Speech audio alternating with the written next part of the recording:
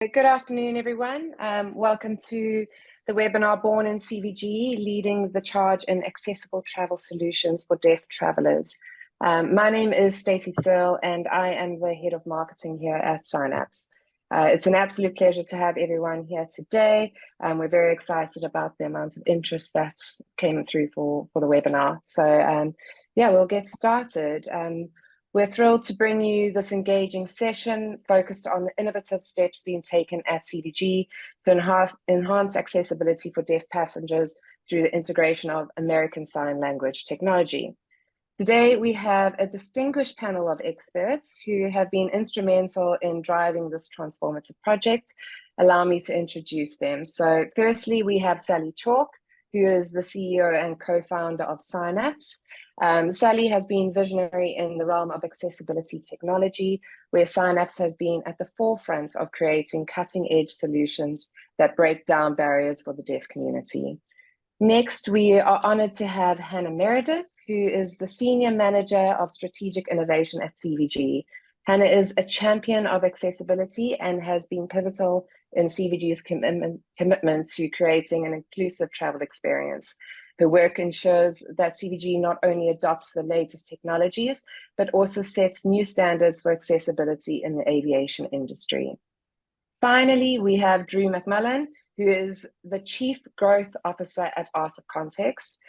Drew and his team specialize in creating passenger-facing touchpoints, leveraging digital signage and personal devices. Art of Context has played a crucial role in seamlessly integrating our ASL technology into AOC's existing infrastructure at CVG. So in today's webinar, our goal is to provide you with a comprehensive understanding of how technology can drive inclusivity and enhance the travel experience for all passengers, especially those in the deaf community. So before we dive in, I would like to remind everyone that we are going to have a Q&A session at the end of this. If you go to the bottom of your screen, there's a Q&A button. You can submit your questions throughout and we can answer them at the end of the session. I see there is a question here at the moment that says if there's a BSL interpreter. Unfortunately not, but you can turn on captions at the bottom of the screen. If you click, there's a captions button and you can turn on the captions there. So without further ado, let's get started. Sally, could you kick us off by sharing the vision behind Signapse and how our sign language solutions are making a difference? Yes, of course I can, Stacey. Thank you very much.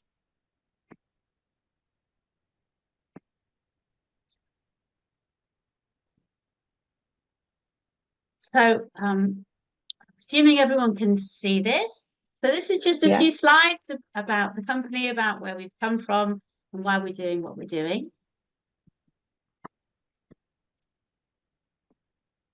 And why we're needed. I've always believed in my life that we need to provide real products and services to people that have actual problems that need solving.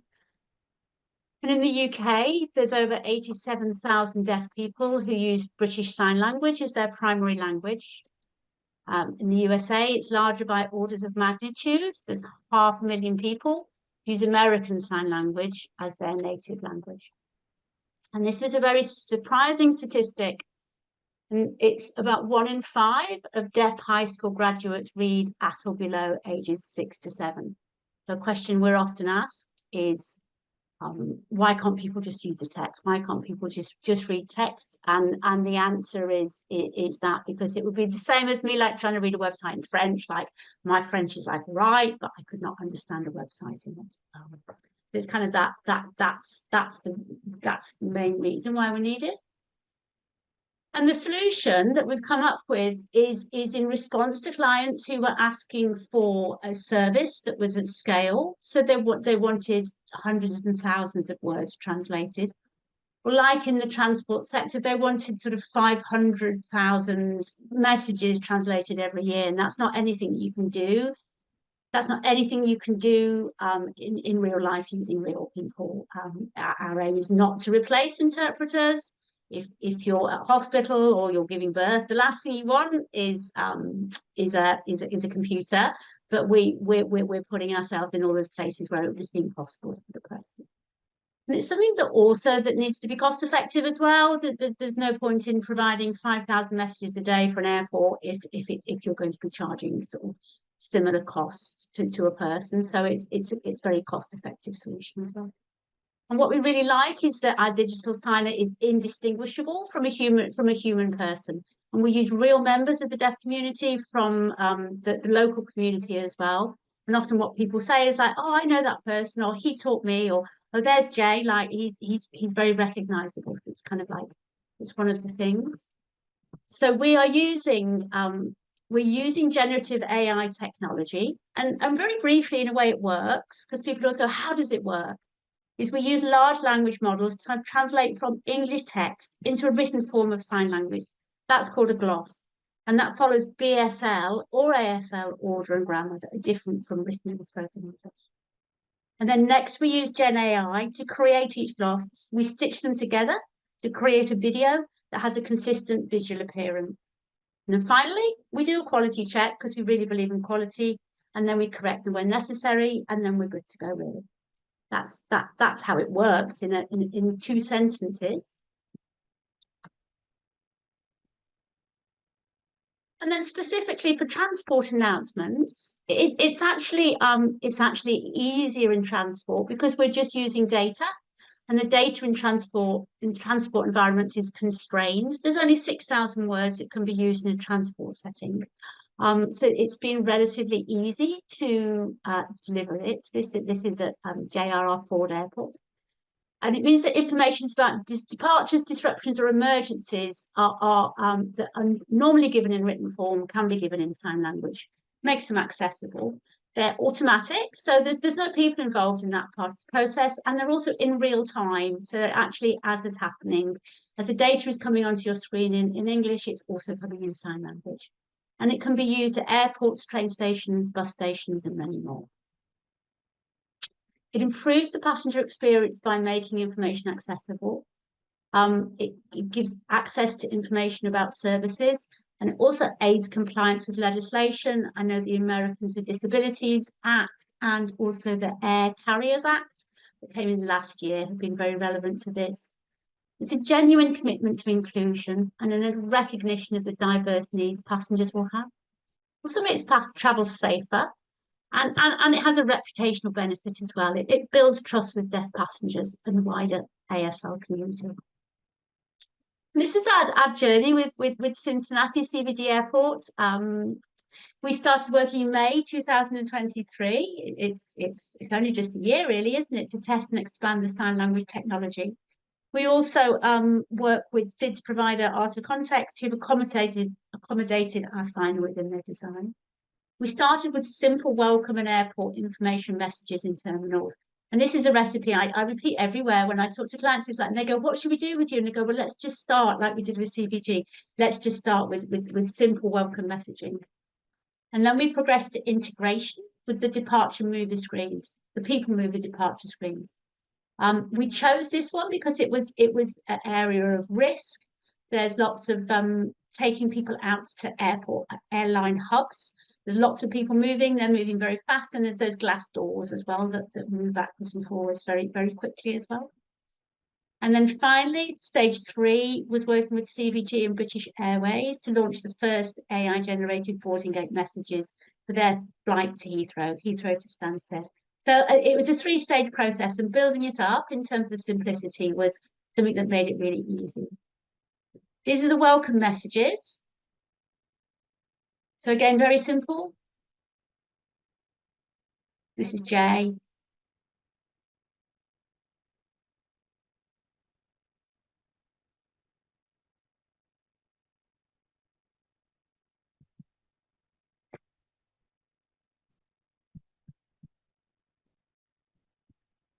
And then this was the people mover screen. So again, you can see that it was relatively straightforward.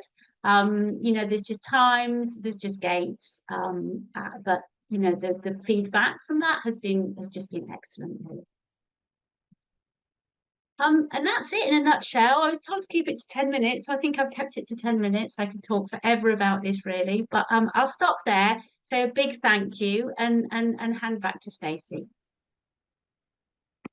Perfect. Thank you so much, Sally. Yeah, for the Signapse's technology is incredible, and it's definitely pioneering to enhance accessibility in the transport sector. So now let's dive into our key discussion segments, where we'll explore the collaborative efforts behind the implementation of ASL technology at CVG airports and the real world outcomes of this initiative. Our panelists today each bring their own unique perspectives and experiences to the conversation. So to start, Sally, can you share with us how Signapse identified the opportunity to integrate ASL technology at CVG airports and what those initial challenges you anticipated were?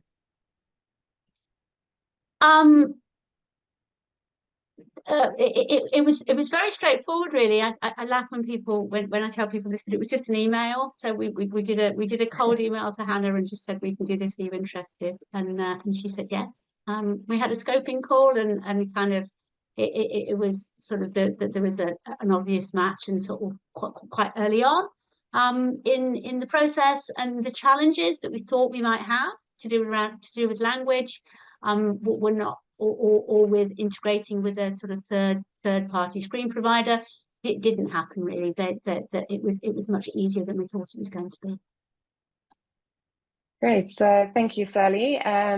So Hannah, moving on to you, could you share your specific feedback or experiences with the deaf passengers at CVG since the implementation of Signapse's updates, and how this has impacted their travel experience?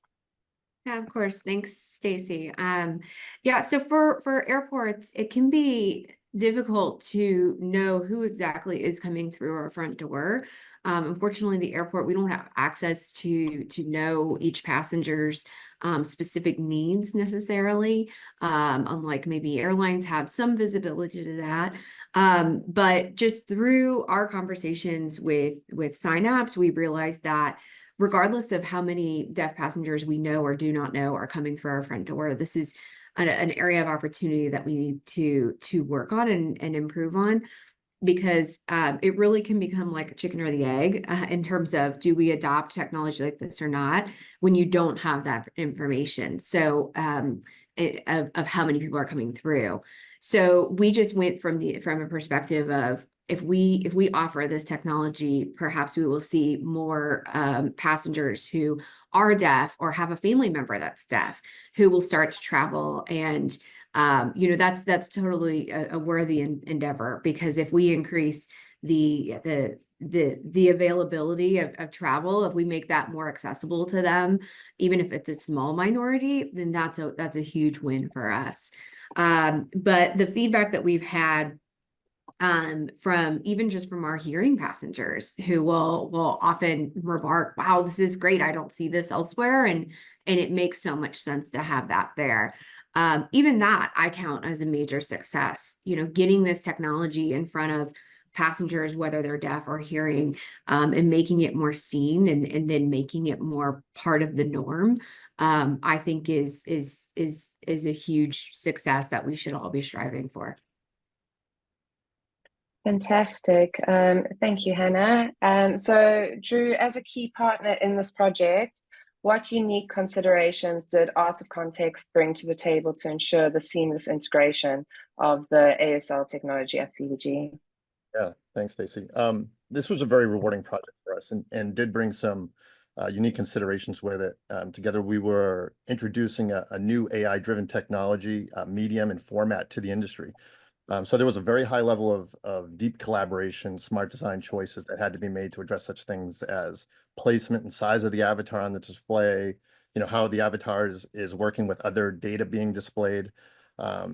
We also, the timing and frequency of messages, the cadence of messages during regular and irregular operations, the range of messages needed.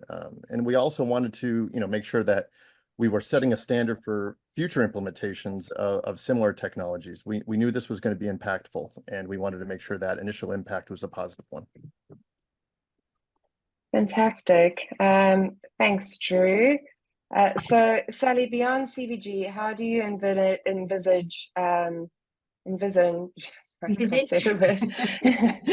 Envisage. Envision Signapse's ASL integration influencing accessibility standards across other airports or public spaces in the future? I think sign language recognition would be a really interesting problem to tackle as well. So you can have a proper two-way conversation. I think speech to sign language would be really useful. There's a lot of audio announcements that are kind of sometimes done on the hoof, and that would be speech would be really useful thing to do.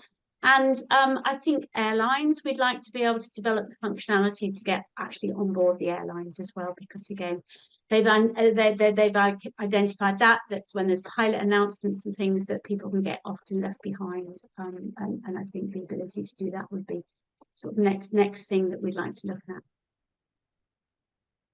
Okay, perfect. So moving on to Hannah, could you share the key factors that led CVG to choose Signapse as a partner for the accessibility initiative and how the partnership has evolved since the initial deployment? Yeah, absolutely. The key factor was really just in conversation it was Sally, Ben, and Rachel at the time, when they were just a small team, right, Sally? And hearing from them, especially from Rachel, who is deaf and is a sign user, and she, explained what it's like to go through, train stations or any public venue where there is a heavy reliance on audio messaging, which airports are that environment. And I think she told a story of missing an audio message and nearly getting kind of stuck in the closing doors of the train. So it really just took that one conversation and then me sitting back and thinking, wow, if I were to walk through, which I work at the airport here, so if I were to stand up from my desk and walk through and just do 10 minutes in the airport, how many audio messages are we sharing that are critical to an individual's travel here? Gate changes, delays. Some of that may be driven on a screen, or some of it you may see in your mobile app, but a lot of the times the explanations behind that are given strictly audibly. Safety messages. Here in Cincinnati, we experience all 4 seasons fully. So we may have, severe weather in which we have to tell our passengers to go to our tunnels or our shelter places. And a lot of that is done via audio messaging. We may have a message that shows and says that there's some type of situation happening, or it's people in person guiding people there. So if you were unable to hear that, how frightening would that be?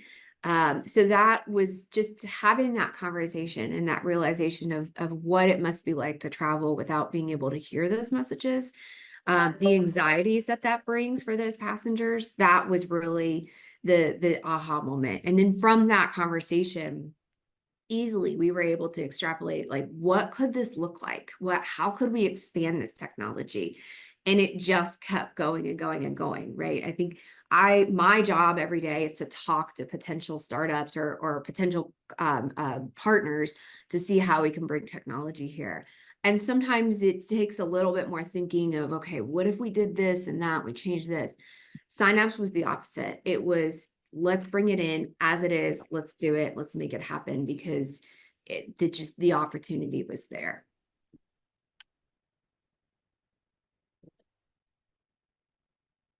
Sorry, I just realized I was muted. So Drew, based on your experience, how has the aviation industry responded to innovations like Signapse's integration? And what are the potential future implications for similar technologies in airports? Yeah, I think the industry has shown a very positive response to innovations like Signapse. The integration of sign language in airports is helping to spearhead out, let's say, a broader trend towards enhancing accessibility and improving the passenger experience through technology. Historically, due to the lack of technology, passengers were commonly communicated to as more of a group, but now airports are increasingly adopting emerging technologies such as AI to provide a personalized customer experience, streamline operations, and ensure safety. We saw the COVID-19 pandemic accelerate the adoption of more passenger-centric technologies, emphasizing the importance of digital platforms for communicating information around wayfinding, flight data, security checkpoints, boarding operations, and such. Looking ahead, the future implications of similar technologies in airports are very promising. We're championing a path toward centralizing messages that are converted into the mediums that individuals prefer. We want to communicate with our customers in a way they want to be communicated to. And these advancements signify a shift towards more inclusive, efficient, and passenger-centric airports. And I think that's setting a new standard for the aviation industry as a whole. Great, thanks, Drew. And then this next one's for you, Sally. What technological advancements or expansions in Signapse is Signapse currently exploring to further enhance accessibility beyond ASL integration? I think I've sort of touched on quite a lot of those. We're talking about sort of receptive. We're interested in branching out to other sign languages as well. We've had a lot of interest from sort of the Far East and the Middle East in terms of our capability, and then sort of bringing it back home again. The second most taught language in American universities is American Sign Language. I never knew until yesterday. And there would be a great use case at working with finger spelling for people that want to learn sign language, so that if we could get like words and phrases generated using finger spelling, and then the person doing the learning would have to work out what that finger spelling meant. I think that would be something quite nice and neat and tidy that could be done relatively quickly, really. That's it. Okay, perfect. And then Hannah, I've got a couple of questions for you here. Firstly, can you discuss any specific challenges or successes that CVG encountered during the rollout phase of the Signapse technology? And also, how did you address these challenges? Yeah, kind of following up on what I shared earlier, I think the biggest challenge at first was I do not use I do not use ASL. So being able to make sure that what we're provided is accurate, is matching up. All of that was a little bit of a challenge, but the Signapse team made it easy because they have team members that do this type of auditing. The other challenge was just not knowing. I mean, obviously, as an airport or any entity, if you bring this to your company and say, hey, we're interested in trying this, piloting this, or adopting this fully, probably the first question you'll get is, well, how many people is this for? You know, what's our volume of users that this would affect? As I shared earlier, we simply don't have that data. So we kind of did I guess a field of dreams approach, which is if we build it, they will come. So we just thought if we offer it, then certainly this will help encourage those travelers to come through.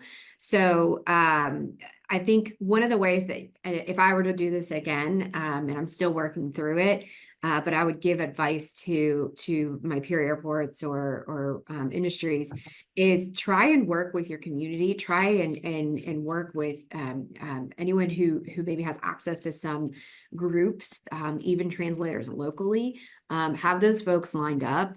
You can often work through like the hospital network because they use translators so frequently, and get some folks there that are willing to share feedback on it. Have maybe some connections with people who are deaf that you could invite into your space. And give them a tour. Like we set it up throughout the airport.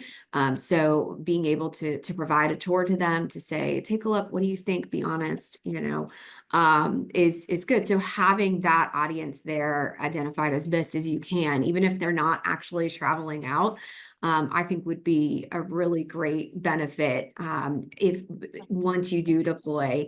And even before then, bring them in, invite them in, say, we're kicking around an idea of doing this.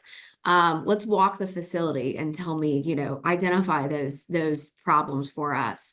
That can help make the case a little bit stronger. But I think one of just immediately the first success that I saw was actually like a second after the train monitors went on.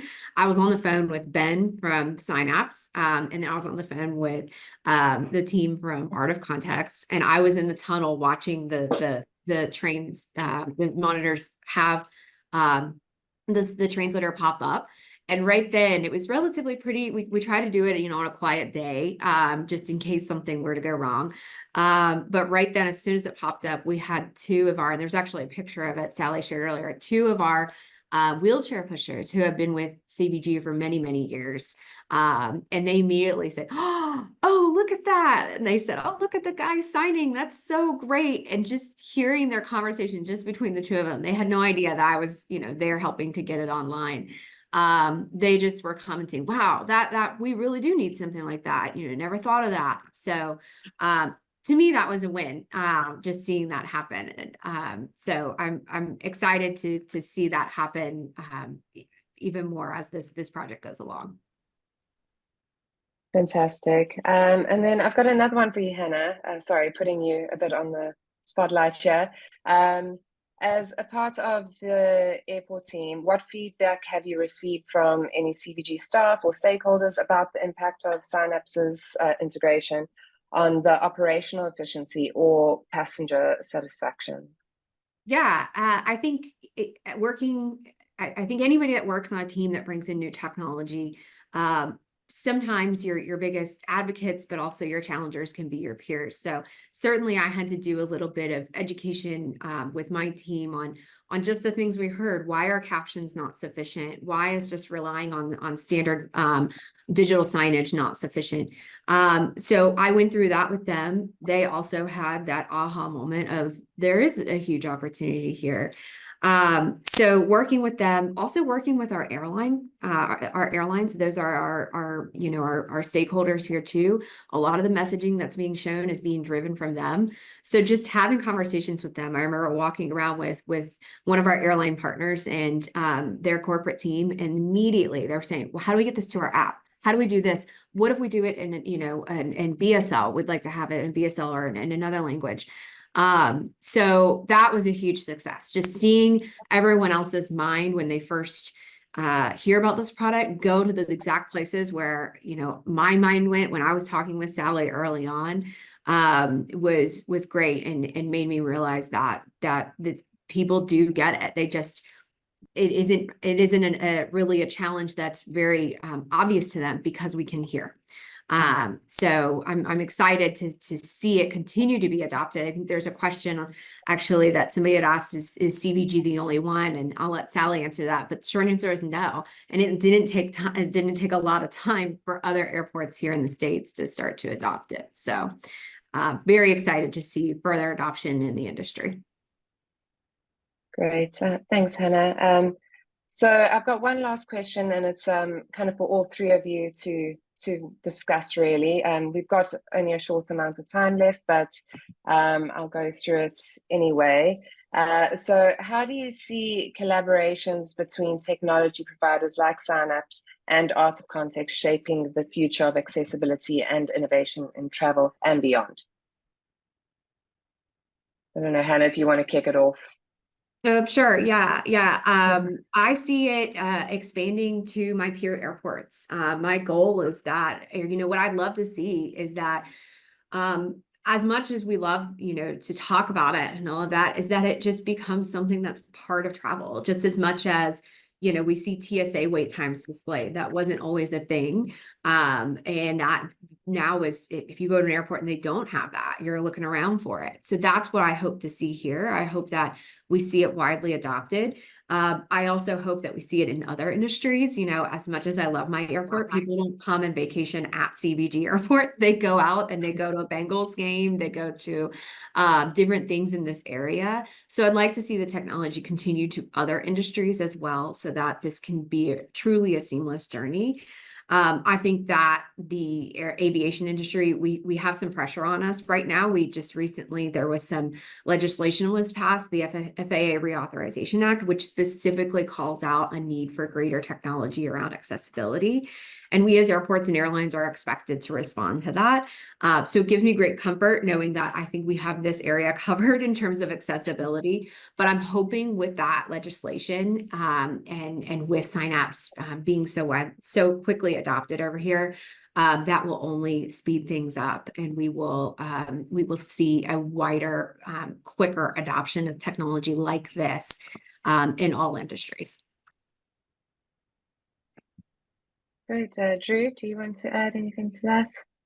Yeah, collaborations between technology providers like us and airports are pivotal in creating a seamless and inclusive travel experience. Here at Out of Context, we focus on enhancing the passenger experience through, airport data systems, including, flight, gate, baggage information, and wayfinding.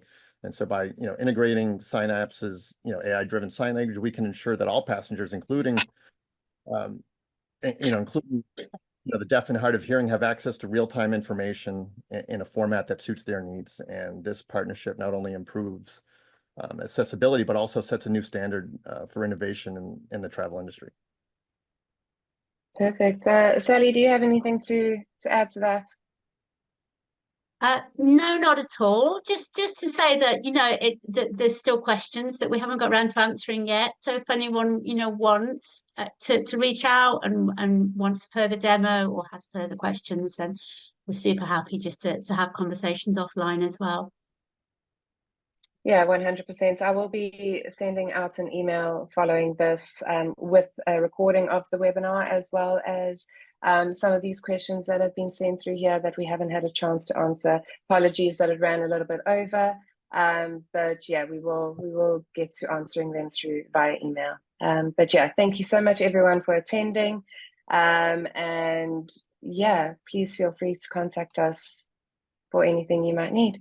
Great. Thanks, everyone. Thanks, Hannah. Thanks, Drew. Thanks, Sally.